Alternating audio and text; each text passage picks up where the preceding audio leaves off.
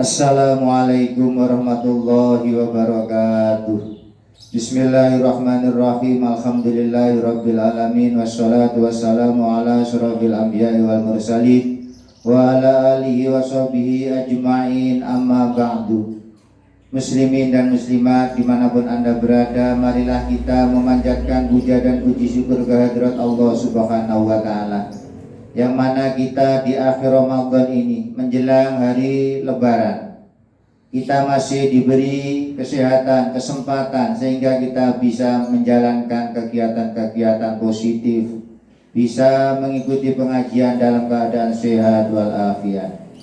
Kedua kalinya semoga salawat salam tetap terlimpahkan kepada junjungan kita Nabi besar Muhammad sallallahu alaihi wasallam yang telah kita tunggu-tunggu syafaatnya min yaumina hadza ila yaumil qiyamah, amin Allahumma amin. Pada kesempatan hari ini mari kita ngaji tentang masalah Idul Fitri.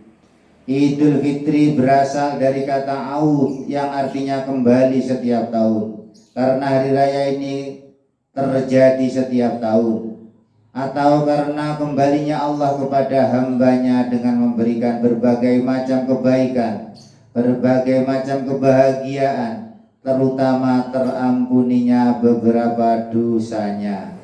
Oleh sebab itu dikatakan laisal id liman labisal jadid wa innamal id liman ta'atu tazid. Hari raya bukan untuk orang-orang yang memakai pakaian baru, tetapi hari raya bagi orang-orang yang taatnya bertambah. Walaisal id liman tajammala bil libasi wal markub wa innamal id liman ghufirat lahu dzunub.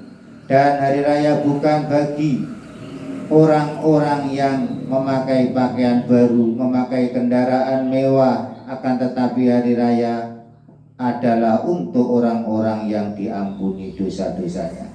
Oleh sebab itu mari kita selalu berharap kepada Allah Subhanahu wa taala.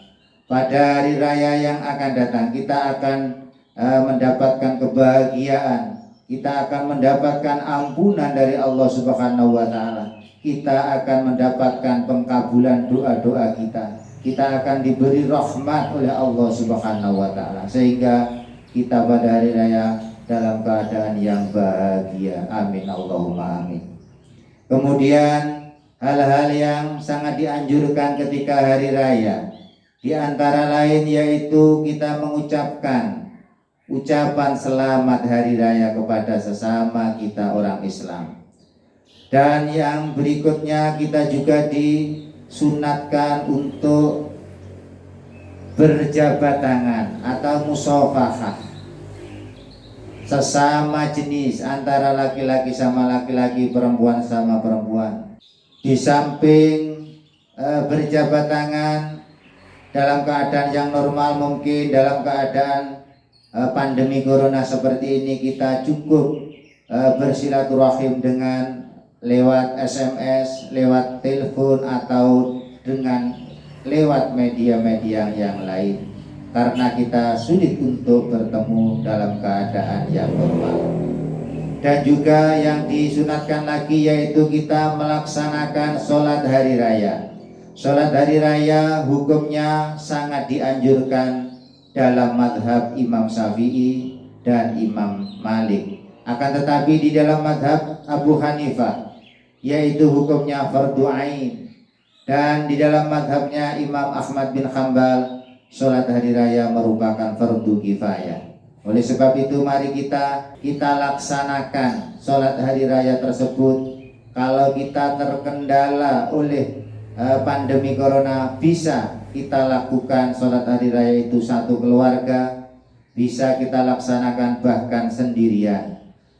Akan tetapi bila mana dalam keadaan yang normal, maka sholat hari raya itu lebih baik kita laksanakan dalam suatu tempat, dalam satu tempat, tidak diadakan dalam beberapa tempat. Karena kita mengadakan sholat hari raya dalam beberapa tempat yang banyak ini hukumnya makruh, karena kurang menampakkan syiar agama di dalam melaksanakan sholat hari raya. Dengan tujuan kita lakukan sholat hari raya dalam satu tempat ini, syiar itu akan menjadi terasa dirasakan oleh orang-orang Islam yang sedang mengalami kebahagiaan pada hari raya tersebut.